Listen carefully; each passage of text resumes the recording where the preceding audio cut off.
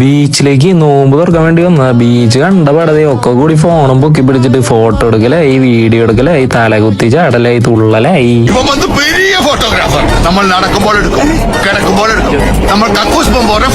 അങ്ങനെ സെറ്റ് ചെയ്യാനുള്ള സാധനങ്ങളൊക്കെ വന്ന് പിള്ളേര് പണി തുടങ്ങി. ഇവിടെ പണിയെടുക്കുന്നത് 2 ടീമായിട്ടാ. 2 ടീമിലെ നേതാക്കന്മാരെ തമ്മിൽ ഇടിയായി.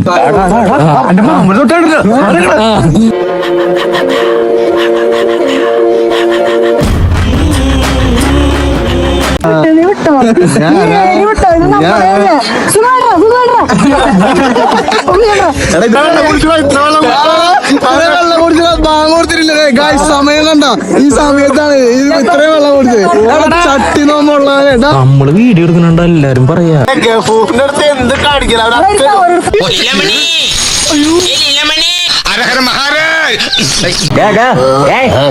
ചട്ടി നോമ്പുള്ളവനെ എന്താ തലപ്പട്ടേന്ന് കിവില്ല.